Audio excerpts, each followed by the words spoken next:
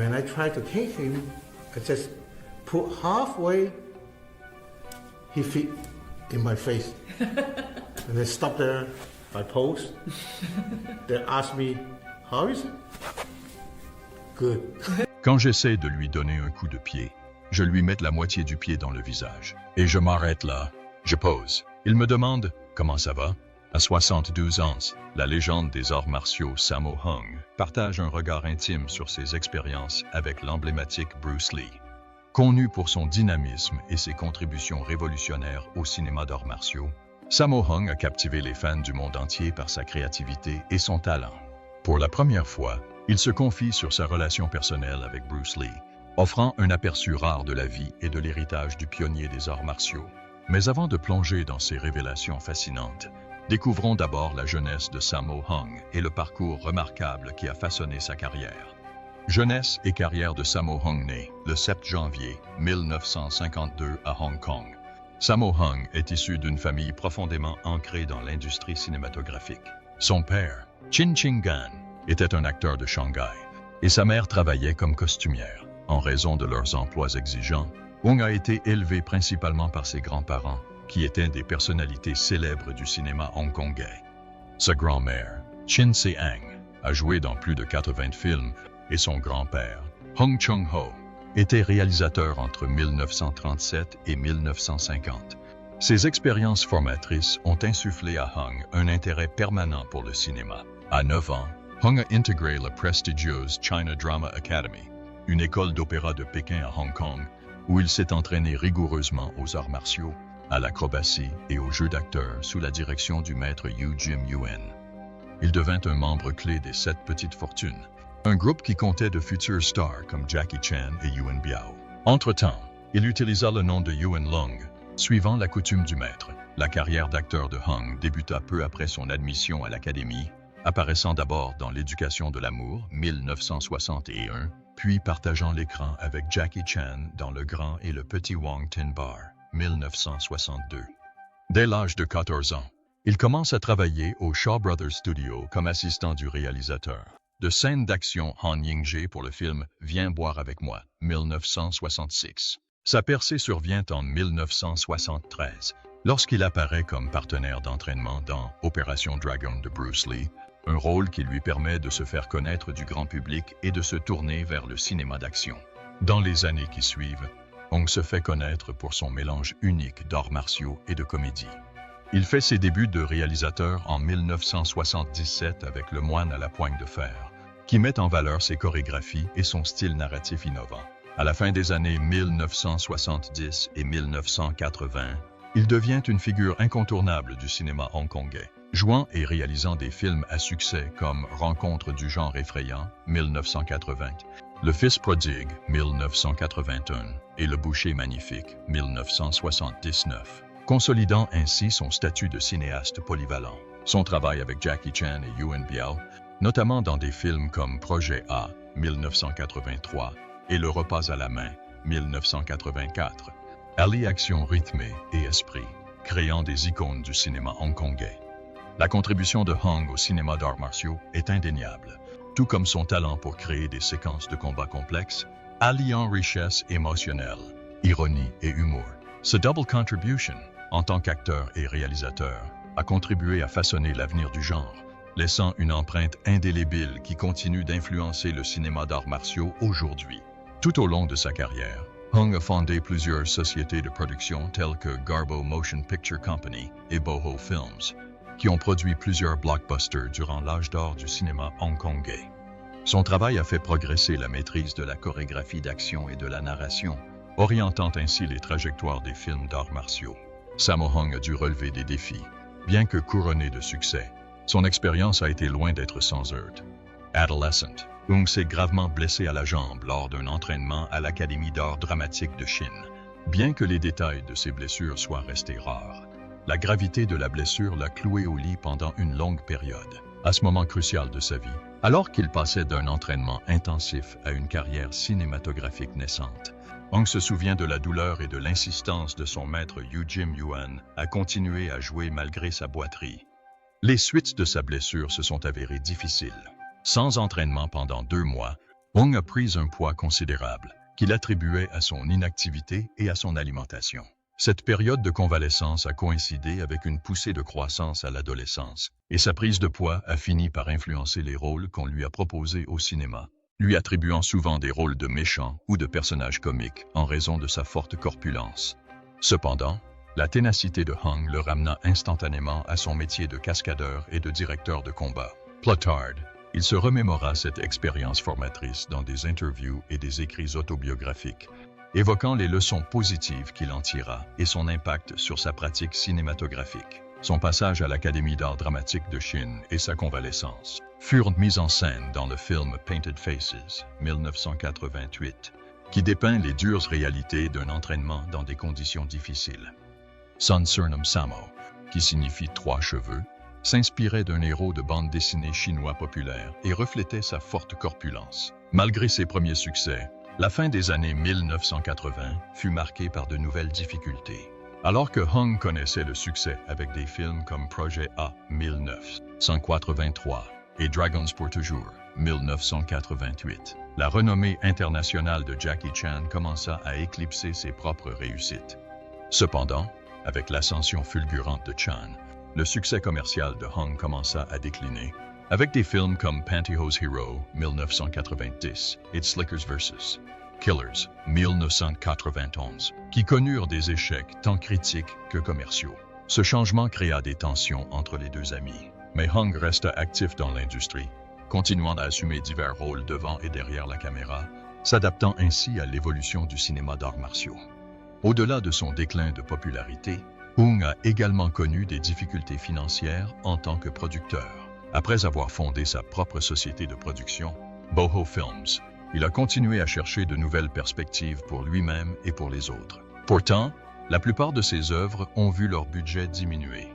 Avec la fin du financement d'Into the Fire, 1991, Golden Harvest mit fin à une longue et fructueuse collaboration avec l'un des studios de production cinématographique qui avait contribué au lancement de sa carrière. Ce revers financier força Hong à reconsidérer sa position au sein de l'industrie. Face à l'évolution du paysage cinématographique au début des années 1990, Hong passa du métier d'acteur à celui de figurant.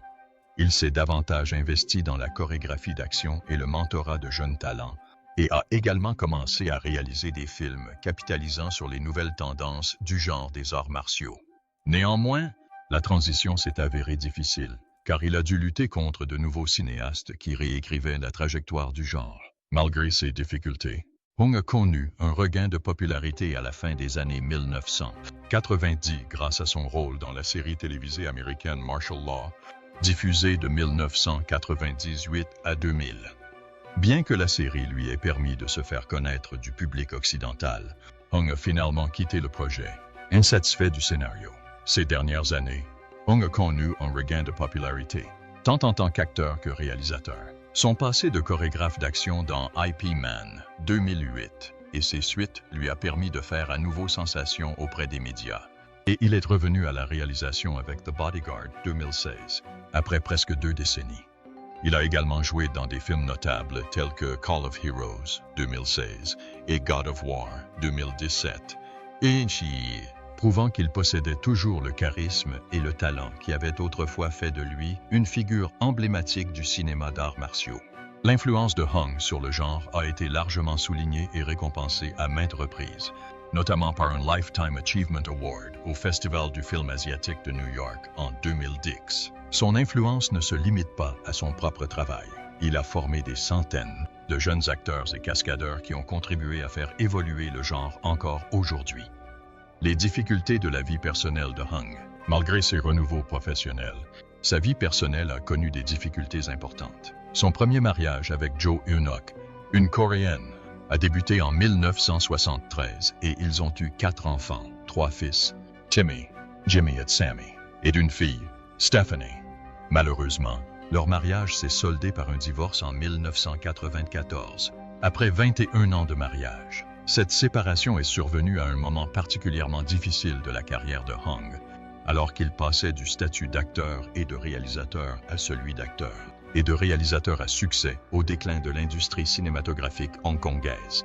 Le stress lié à ses problèmes professionnels a probablement joué un rôle dans l'effondrement de leur relation.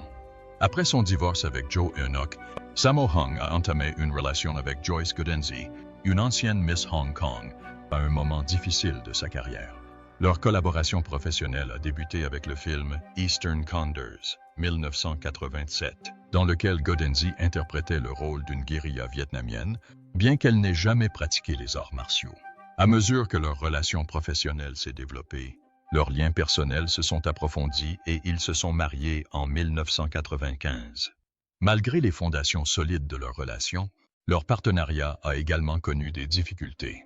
Le passage de Godenzi du mannequinat à la comédie sous la direction de Hung l'a propulsé sous les feux de la rampe, complexifiant encore davantage ses relations personnelles et professionnelles. Malgré cela, leur relation perdure et dure depuis des décennies. La vie professionnelle de Hung a été marquée par une tension constante entre ses responsabilités professionnelles et extra-professionnelles. Ses horaires de travail prolongés, combinés à des moments passés loin de sa famille, ont mis ses relations à rude épreuve. Hung a exprimé lors d'interviews ses regrets de ne pas avoir pu passer suffisamment de temps avec ses enfants durant leurs années de formation en raison de son emploi du temps de tournage chargé. Tandis que ses enfants grandissaient, certains poursuivant même une carrière dans le spectacle, Hung a dû composer avec la complexité de leur rôle de père et de mentor, tout en continuant à gérer sa propre carrière. Son fils, Sammy Hung, a suivi ses tracés en devenant acteur et pratiquant d'arts martiaux, ajoutant une dimension supplémentaire à leur relation, car ils partageaient des ambitions professionnelles similaires. Outre les pressions professionnelles, des problèmes de santé ont impacté la vie personnelle de Hung. Il a subi une opération cardiaque d'urgence en 2010 en raison de complications liées à son obésité et à un mode de vie malsain. Ce problème de santé l'a contraint à reconsidérer son approche de son bien-être physique et de ses relations avec sa famille et ses proches, l'amenant à réévaluer ses priorités. Jeunesse et carrière de Bruce Lee. Passons maintenant à Lee. Bruce Lee, né Lee Jun-fan le 27 novembre 1940 à San Francisco, en Californie, est largement considéré comme l'un des artistes martiaux et icônes culturelles les plus influents du XXe siècle. Son père, Lee Hoi-chun, était un chanteur d'opéra cantonais et sa mère, Grace Ho, était d'origine eurasienne. La naissance de Lee eut lieu pendant l'heure du dragon, un détail qui allait plus tard influencer son surnom de Petit Dragon. Sa famille retourna à Hong Kong peu après sa naissance, où il passa une grande partie de son enfance. Issu d'une famille de comédiens, il fut très tôt exposé au monde du cinéma. À l'âge de 3 mois, Lee fait sa première apparition au cinéma, remplaçant un bébé américain dans Golden Gate Girl en 1941. Cette découverte précoce du cinéma marque le début de son engagement permanent dans le monde du spectacle. Bruce, jeune acteur, tourne une vingtaine de films entre 1946 et 1958. Parmi ses premiers rôles, il partage l'affiche avec son père dans Le Kid, 1950, qui marque son premier rôle principal. Malgré cette exposition au cinéma, Bruce a dû faire face aux difficultés typiques de nombreux enfants dans l'industrie du spectacle. Le milieu mixte de Lee a engendré un sentiment d'inadéquation et d'insécurité durant son enfance. Il était souvent la cible de moqueries de la part de ses camarades en raison de son apparence et de ses origines, ce qui a contribué à son combat pour se construire une identité. Ses premières expériences d'exclusion lui ont inculqué la détermination de faire ses preuves et d'affirmer son identité par les arts martiaux et la performance. Adolescent. Bruce a été victime de harcèlement scolaire important de la part d'élèves britanniques. Sa petite taille et son origine mixte en faisaient une cible facile pour les moqueries. Face à ces brimades, il rejoignit un gang de rue pour se défendre. Cette décision marqua un tournant dans sa vie, le plongeant dans un monde de combats de rue et de rébellion contre les figures d'autorité. Son implication dans des bagarres de rue devint de plus en plus fréquente durant cette période. Son esprit de compétition le conduisit souvent à des affrontements avec des gangs rivaux, ce qui donna lieu à de nombreuses altercations. Lors d'un incident notable survenu en 1958, après avoir été défié par une école d'arts martiaux rivale, Lee se lança dans une bagarre sur un toit qui dégénéra dramatiquement. La police est intervenue après que les parents de son adversaire ont porté plainte contre lui, ce qui a incité sa mère à assumer ses actes au poste de police. La nature rebelle de Bruce s'est également manifestée dans sa vie scolaire. Il a fréquenté plusieurs établissements durant sa jeunesse, dont le Collège La Salle et le Collège St. Francis Xavier. Cependant, il a rencontré des difficultés scolaires et disciplinaires dans ses établissements. Ses enseignants le décrivaient comme paresseux et têtu, ce qui le mettait souvent en conflit avec les autorités. Son comportement perturbateur lui a valu de multiples expulsions d'écoles prestigieuses de Hong Kong. Malgré ses revers, Bruce trouva du réconfort dans l'entraînement aux arts martiaux sous la direction de Maître Yip Man. Son besoin de discipline et de concentration le conduisit vers le Wing Chun Kung Fu à l'âge de 13 ans.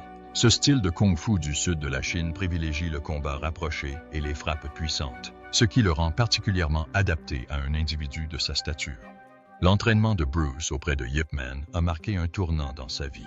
Sous la direction de Yip, il a développé des compétences essentielles telles que la vitesse, les réflexes et la résilience psychologique. Cet entraînement lui a non seulement permis d'acquérir des techniques de combat pratiques, mais aussi un sens de la discipline et de la concentration qui lui seront utiles tout au long de sa vie. Alors que Bruce perfectionnait ses compétences en arts martiaux, il commença à participer à des compétitions locales. Son esprit de compétition le poussa également à se battre dans la rue, une pratique courante chez les jeunes Hongkongais de l'époque. Ces expériences façonnèrent son approche des arts martiaux comme moyen d'émancipation et de développement personnel. À 6 ans, il avait acquis suffisamment de confiance et de capacité pour se défendre efficacement contre de multiples adversaires. Malgré ses prouesses croissantes en arts martiaux, Bruce continuait de faire face à des difficultés sociales. Son héritage mixte conduisait souvent certains élèves à hésiter à s'entraîner avec lui à l'école de Yip Man, en raison des préjugés raciaux qui prévalaient au sein de la communauté des arts martiaux.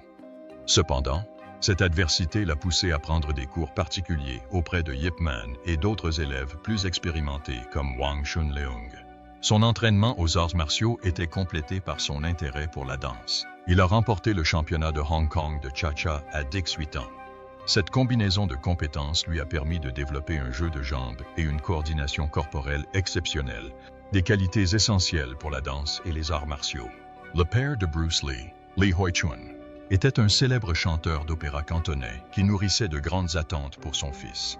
La pression de réussir dans les arts était palpable au sein de la famille. L'expérience précoce de Bruce dans le monde du spectacle, grâce à la carrière de son père, a jeté les bases de ses projets futurs, mais a aussi suscité des attentes qu'il se sentait obligé de satisfaire. Après avoir été confronté à des problèmes de discipline constants à l'école en raison de son comportement rebelle et de bagarres de rue, ses parents ont décidé qu'il était temps d'opérer un changement radical. En avril 1959, confronté à des conflits persistants avec les gangs locaux et la police suite à des bagarres de rue, ils ont décidé de l'envoyer vivre chez des proches à San Francisco, aux États-Unis, avec le message qu'il était temps pour lui de couler ou de nager. Ce déménagement marqua un tournant dans sa vie. Aux États-Unis, il travailla comme serveur tout en poursuivant ses études. Il s'installa finalement à Seattle, dans l'État de Washington, où il termina ses études secondaires à l'Edison Technical School et s'inscrivit à l'Université de Washington pour étudier la philosophie. À cette époque, Bruce commença à enseigner le Wing Chun de manière informelle et s'imposa comme un praticien compétent au sein de la communauté locale. Sa passion pour le Kung Fu grandit parallèlement à ses études. En 1964, il ouvrit sa première école officielle d'arts martiaux, le Junfan Kung Fu Institute, à son domicile de Seattle. Ce fut une étape importante dans sa carrière, passant du statut d'élève à celui d'enseignant. L'école se concentrait sur l'interprétation du Wing Chun par Lee et attirait un groupe diversifié d'élèves désireux d'apprendre de lui. Le style d'enseignement de Lee privilégiait les techniques pratiques d'autodéfense plutôt que les formes traditionnelles, reflétant sa conviction que les arts martiaux devaient être adaptables et adaptés aux situations réelles. Il encourageait ses élèves à explorer leur propre voie plutôt que de s'en tenir strictement aux méthodes traditionnelles. Cette philosophie allait plus tard se cristalliser dans ce qu'il appelait le Jeet Kune Do, la voie du point intercepteur, qui rejetait des structures rigides au profit de la fluidité et de la praticité. À mesure que la réputation de Bruce Lee comme artiste martial et instructeur grandissait, son nombre d'élèves grandissait également. Il étendit son influence en ouvrant une deuxième école à Oakland, en Californie, où il continua d'enseigner le Junfan Kung Fu. Durant cette période, il commença également à donner des cours particuliers à des célébrités telles que Steve McQueen et James Coburn, ce qui renforça sa visibilité au sein de la communauté des arts martiaux et à Hollywood. L'approche de Lee en matière d'arts martiaux était révolutionnaire.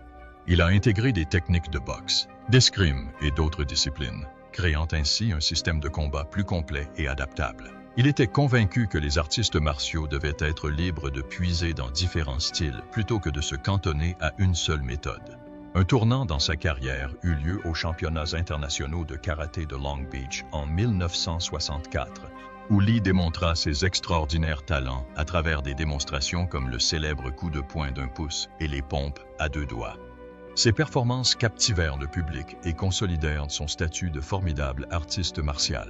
Cependant, cet événement marqua également un tournant dans le parcours de Lee, le mettant en conflit avec la communauté des arts martiaux traditionnels chinois. Sa décision d'enseigner à des élèves non chinois se heurta à une certaine résistance, aboutissant à un match controversé contre Wang Jackman, un élève direct de Yip Man. Le combat visait à régler les différends concernant le droit de Lee à enseigner en dehors des cadres traditionnels. Bien que les récits du combat varient, certains affirmant qu'il dura de 20 à 25 minutes, d'autres affirmant qu'il s'agissait d'une brève rencontre de 3 minutes. Lee en sortit vainqueur, renforçant sa conviction de la nécessité d'une évolution des arts martiaux.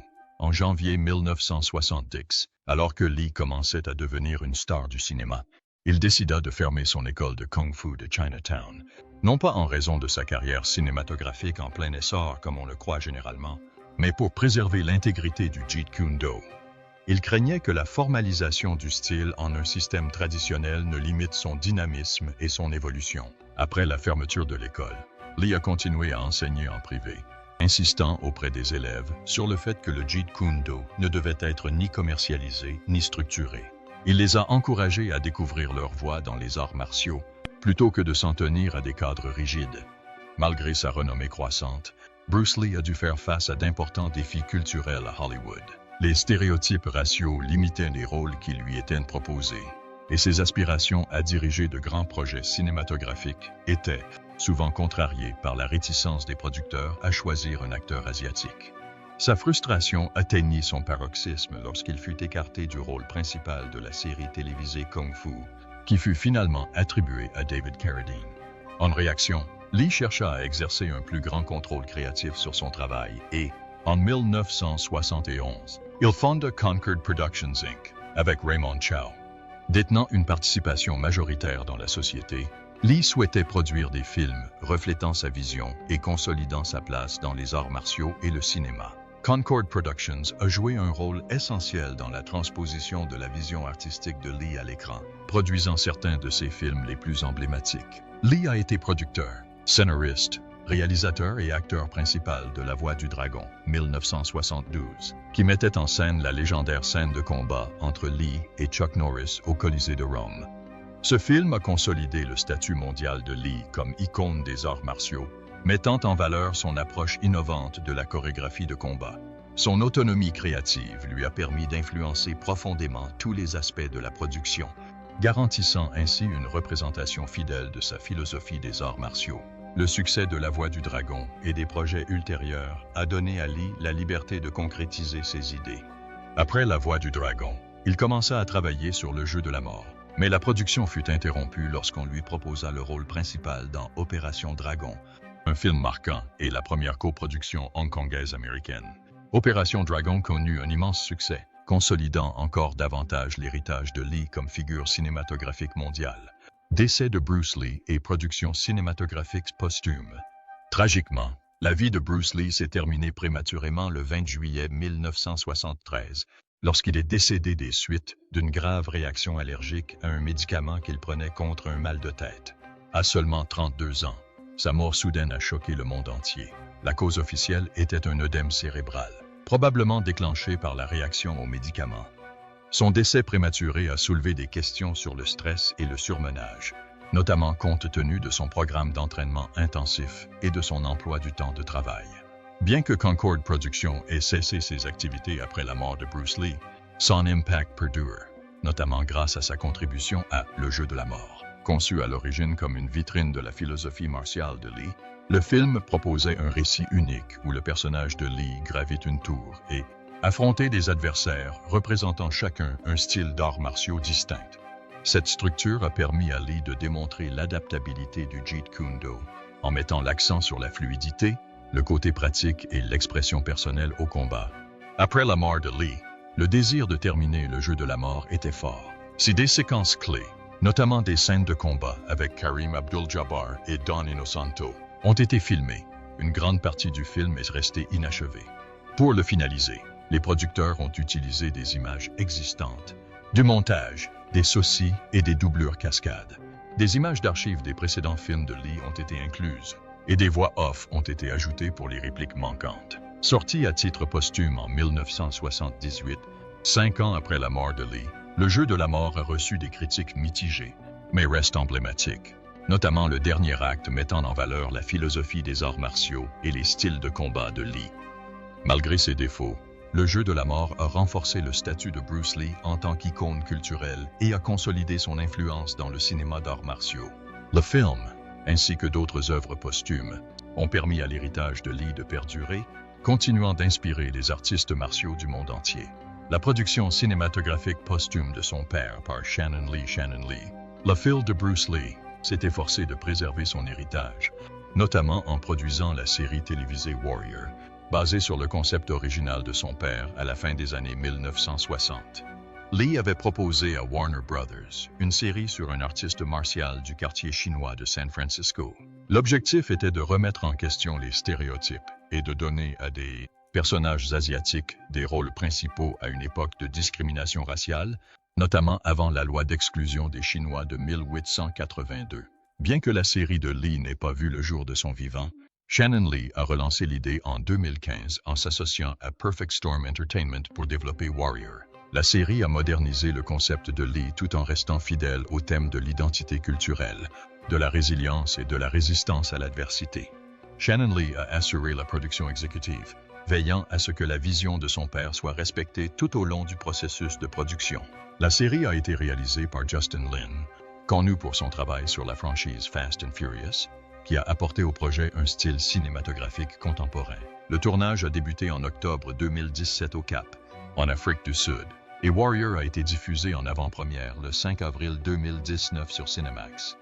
L'histoire de Warrior suit Ah-San, un artiste martial qui débarque dans le quartier chinois de San Francisco à la recherche de sa sœur. La série explore les thèmes de l'immigration, de l'identité et des conflits culturels, tout en mettant en avant des personnages féminins forts comme Ah-Toy et Mai Ling, dont les rôles complexes reflètent la position nuancée des femmes à cette époque. Ces personnages apportent de profondeur et force de proposition, trouvant un écho auprès du public moderne. Dès sa sortie, Warrior a été salué par la critique pour sa chorégraphie, sa narration et sa représentation authentique de la culture asiatique. Malgré des difficultés initiales d'audience, qui ont conduit Cinemax à cesser sa programmation originale, l'avenir de la série a été relancé par le tollé des fans et les pétitions réclamant sa continuation. HBO Max a ainsi repris Warrior pour des saisons supplémentaires. Shannon Lee a déclaré que l'impact de la série provenait en partie de son exploration opportune du sentiment anti-asiatique aux États-Unis, notamment pendant la pandémie. De nombreux téléspectateurs ont trouvé une certaine force en découvrant des personnages qui luttaient contre l'oppression et défendaient leurs droits pendant une période marquée par un racisme croissant envers les communautés asiatiques.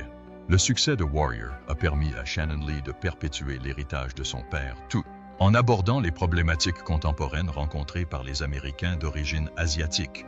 Outre son travail sur Warrior, elle a participé à diverses initiatives visant à promouvoir la philosophie de Bruce Lee par l'éducation et l'engagement communautaire. En tant que présidente de la Fondation Bruce Lee, Shannon s'attache à préserver les enseignements de son père et à promouvoir les arts martiaux comme moyen de développement personnel. Elle prévoit également de perpétuer l'héritage de son père avec de nouveaux projets, dont une série animée intitulée House of Lee, qui explorera les thèmes des arts martiaux et de l'identité. La révélation de Bruce Lee par Sammo Hung. Sammo Hung a souvent évoqué avec émotion ses expériences avec Bruce Lee, rappelant leur histoire commune, leur respect mutuel et l'influence que Lee a eue sur sa carrière. Ils se sont rencontrés au début des années 1970, alors qu'ils travaillaient tous deux dans l'industrie cinématographique hongkongaise. Leur première rencontre eut lieu sur le tournage de La Fureur de vaincre, où Hung travaillait comme cascadeur. Cette rencontre déclencha une rivalité amicale entre les deux artistes martiaux, et Hung raconta un incident mémorable où il défia la vitesse légendaire de Lee. Hung demanda à Lee s'il était vraiment aussi rapide que les rumeurs le laissaient entendre, et Lee répondit par un coup de pied qui faillit atteindre le visage de Hung avant qu'il ne puisse réagir. Hung décrivit plus tard cette expérience comme une révélation. Je vous ai dit très vite. Il était très rapide. Hung a également travaillé avec Bruce Lee sur Opération Dragon, 1973, où il incarnait un artiste martial vaincu par le personnage de Lee dans la scène de combat d'ouverture du film. En repensant à cette expérience, Sammo a exprimé sa profonde admiration pour le professionnalisme et le dévouement de Lee, soulignant que travailler avec lui était non seulement un honneur, mais aussi une expérience enrichissante qui a influencé sa propre approche de la chorégraphie et de la performance en arts martiaux. Sammo Hung a souvent souligné que Bruce Lee était plus qu'un simple collègue. Lee était un héros et une source d'inspiration profonde. Il admirait la capacité de Lee à associer arts martiaux et narration cinématographique, ce qui a contribué à élever le genre et à changer la perception mondiale des arts martiaux au cinéma.